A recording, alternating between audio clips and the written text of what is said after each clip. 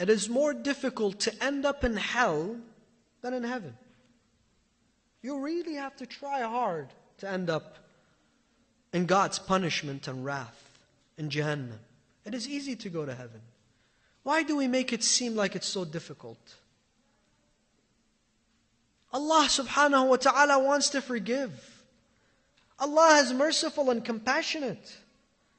Why have we drawn this God out of sometimes this minbar and this pulpit? A God that's frowning. A God that does not forgive so easily.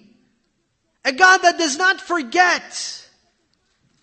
A God that 20 years later may strike us for a sin that we did when we were young.